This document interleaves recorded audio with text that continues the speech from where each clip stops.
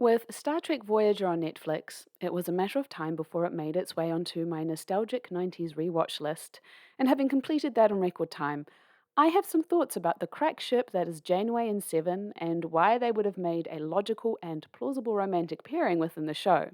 I'll be looking at how each of these characters could be read as queer and how the relationship between Janeway and Seven supported that reading through key storylines during its run.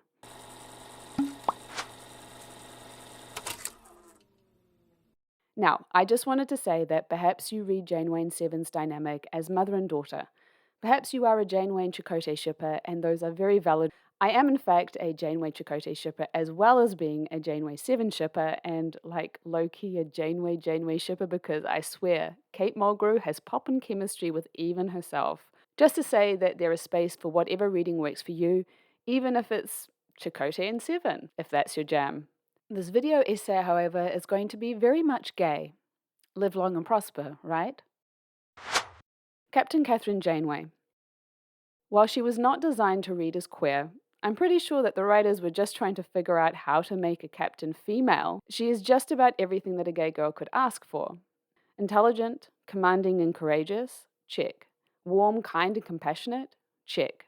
In uniform, but sometimes also out of uniform? That smirk, that timbre of voice, a passionate ride or die attitude? Check, check, check. This is not to mention the powerful and seductive grace that was all Kate Mulgrew that she laced with that little edge of madness. This edge of madness probably helped too, because it masked a vulnerability around her choice that landed them in the Delta Quadrant, which only adds to her depth, which, let's be honest, is lesbian shipper kryptonite. Her character also became a study in the loneliness of command, a bittersweet narrative that is by no means lost on the gay community who often experience isolation and loneliness because of their sexuality. And while none of these traits are inherently queer, let me tell you something. There certainly are flags that get the queer lady's attention, especially in what was the near desert of lesbian representation in the mid-90s TV. The fact that she also all but turned down the very eligible and clearly interested Chakotay. Let's just say there are some barriers we never cross. With talk of not being able to have a relationship with a subordinate and a couple of brief and unimpressionable dalliances over the 7-year run, it only offered further opportunity to more easily read a queer narrative. Kate Mulgrew felt very strongly, and I agree with her, even if I simultaneously was also there for Janeway and Chakotay to happen too, that to have her hopping into bed with her first officer would have been a great disservice to her character and undermined her position as the first female captain of the Star Trek universe in a misogynistic film and TV industry where Janeway would have certainly been criticized for doing that. Now, none of this adds up to Janeway being queer. She certainly never gave any overt hints of it, but it must be remembered that queer audiences were still feeling the effects of the Hays Code even 26 years after it had ended, which had banned positive queer representation on screens for decades. It had forced queer characters to be pushed into the realm of subtext and coding in order to get past the censors, so gay audiences, even today, are well trained to pick up on the merest hint of a sapphic vibe, and to read Janeway as queer is hardly a leap. 7 of 9. While Seven was very clearly packaged to appeal to the horny teen boys, there were traits that made her ripe for a queer reading. It was confirmed in the latest franchise outing, Star Trek Picard. So it did take a few decades, but the markings of her queerness was well seeded in Seven from the start.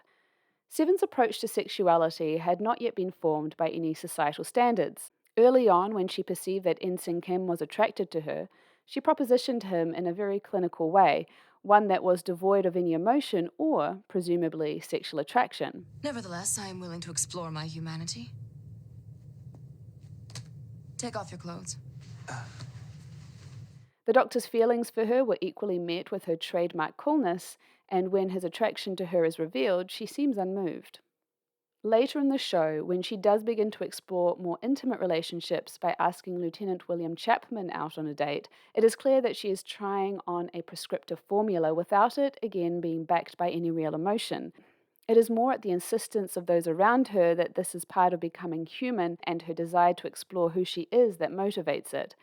While she does present in a traditionally feminine way for her date due to the guidance of the Doctor, her initial preference was to go as she was, which, putting the hourglass body aside and ridiculous high heels. Like, honestly, I could get with the bodysuit. It had an actual purpose, but the heels were just ridiculous. Is, in fact, relatively neutral attire, especially when paired with her utilitarian hairdo.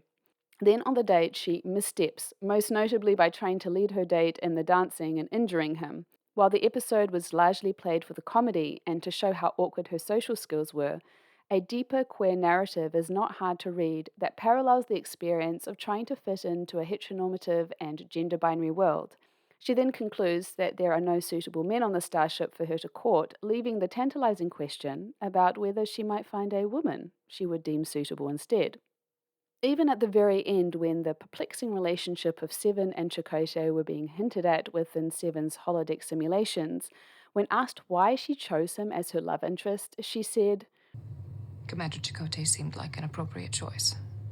supposing that she hadn't yet considered women as potential love interests, it's not hard to imagine that she wouldn't have chosen Chakotay at all, as he was someone she appeared to have little in common and no special connection with, but rather Janeway, with whom she had a far deeper, nuanced relationship built over years. The only romantic relationship that Seven experienced in the show was in Unimatrix Zero with Axum, and although it was framed as some kind of true love, given that the romance began and ended with the episode meant that it could never resonate in the way that a relationship built over seasons could.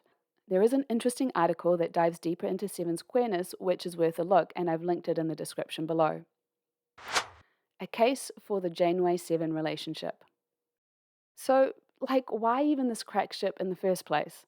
The show never teased them as a pairing, and it was clearly never the intention of the writers, directors, or actors when creating the material. Well, the answer is this: lesbians in space. It's a whole vibe. Women with agency, complexity, and depth, both struggling with their own form of isolation and loneliness. Two women who, on their own, could be read as queer, look at each other like this, and well, the narrative inadvertently did this thing by providing them with what is, in my opinion, the most nuanced dynamic of the show. The potential of such a pairing is potent, and it's easy to see how a queer reading is possible. From the first moment that Janeway laid eyes on Seven, there is clearly something playing behind the eyes. Whatever it was that she was experiencing, it was strong enough that she made the audacious decision to sever Seven from the collective and to make her part of the crew. It was a highly controversial choice given the history of Borg as a heretofore terrifying nemesis within Star Trek, a decision laced with more than a little hubris. Janeway assigned herself to Seven as a mentor, she who was processing not only her forced assimilation but also her forced de-assimilation too, and Janeway became the likely target for her newly emerging emotions. To begin with, it was mostly anger, antagonism, and defiance of Janeway's authority both as a captain and as a mentor. She resented the role that Janeway had served in severing her from the collective, and in so doing did something that no one else on the ship did: challenged Janeway and her worldview. Kate Mulgrew put it beautifully. So I am taught vulnerability.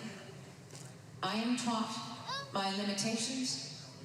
I am taught how small I am in the face of this kind of possible love. 7 of 9 is what brought Janeway to life as a deeply human woman, I believe. And I'm very grateful for that. While Chakotay and Tuvok were no one to challenge Janeway at times, the crew as a whole, excepting perhaps Mortimer Harron in the episode Good Shepherd, were relatively unanimous and unfailing in their support of Janeway and her sometimes harebrained decisions that got them into trouble more than once. And while I believe that Janeway needed the support of her crew in a professional capacity, especially from Chakotay and Tuvok, she was also attracted to and needed even, to be challenged on a personal level. Access the character's interactive subroutines. Make him more provocative. Specify. Give him a more complicated personality. This is seen in how she withdrew when in the void from too much time and too little to do in Night, and in Counterpoint when we see how stimulated she was by the delicate cat-and-mouse game she played with Devore Inspector Kashyyyk. Now to that point, the mother-daughter or mentor-mentee relationship is easy to see, and if that is as far as anyone wants to go with it, then that works. But this dynamic is ambiguous enough that it could be read differently. With Seven turning primarily to the Doctor to help explore her humanity, there was a shift in the antagonism between Janeway and Seven at the end of Season 4. Janeway was forced to step back and realize that she needed to give Seven space to be her own person, rather than becoming some idea that Janeway had of who she ought to be. Seven had to forgive Janeway for forcing her individuality onto her and to decide if she was willing to be part of this new, albeit ineffective collective and follow the command structure on board. What Seven lacked in humanness, so to speak, she made up for in a ferocious intelligence and a stubbornness that equaled Janeway. With this contentious foundation, there was ample room for tension between the pair, which was played out in looks, glances, touches, and not infrequently a lack of personal space, not unlike the lack of personal space played out between the more overtly romantic Janeway and Chakotay dynamic. The act of bringing Seven on board Voyager naturally led to a number of episodes exploring her humanity, and Janeway was frequently used as the character against which these storylines were played. It also led to a number of Borg-heavy episodes, and the way that each of these episodes were written only seemed to intensify the connection that Janeway and Seven had, with Seven willing to sacrifice herself to ensure Voyager survived, and Janeway putting herself and her entire crew in jeopardy multiple times in order to save Seven. While it was clearly established that she wouldn't leave a member of her crew behind, so it perhaps could be argued that this was not specifically about Seven per se, the fact that we repeatedly see Janeway saving Seven in particular stands out, especially when she was reciting to Seven her most notable milestones as a way to remind her that Janeway cares for her and that she is valued. Remind me to crouch down in front of my friends like that when quarantine is over. There are other moments that are scattered throughout the show, such as when Seven tells the captain of her romance in Unimatrix Zero, and the half smirk that can't quite cover the devastated look Janeway has on her face, or when Seven's cortical implant is malfunctioning and the dangerous quest she undertakes to infiltrate a damaged Borg cube to retrieve a cortical node that proves to be useless, and then the look on her face when she is told that without a functioning node, Seven will die. It is also notable that Seven's strongest expression of gratitude is directed at Janeway during her holodeck simulations. Since I arrived on Voyager, your guidance has been invaluable. Thank you, Captain. No other character pairing were accorded the same amount of development or storylines within the show, not even Janeway and Chakotay. And then there was the finale, Endgame. The episode made a point of showing Admiral Janeway as being unwilling to even speak of Seven because the memory of her death 2 decades later is still too keen for her. While she decides to break the law and rewrite time to get her crew back home sooner to save Chakotay and Tuvok, it is framed as Seven being the linchpin in that decision. The look on Admiral Janeway's face when she sees Seven versus seeing Chakotay and Tuvok is markedly different, and it's Seven's name that the Admiral uses to force Captain Janeway's hand. Then that 7 of 9 is going to die. What? And again, while all of this can be read as platonic, as the writers intended, all these moments, when strung together, leave an opening for a surprisingly cohesive queer narrative. What do you think? Did you see the Janeway and Seven sapphic potential? Comment below. If you like this type of content, like and subscribe. Until next time, lady lovers.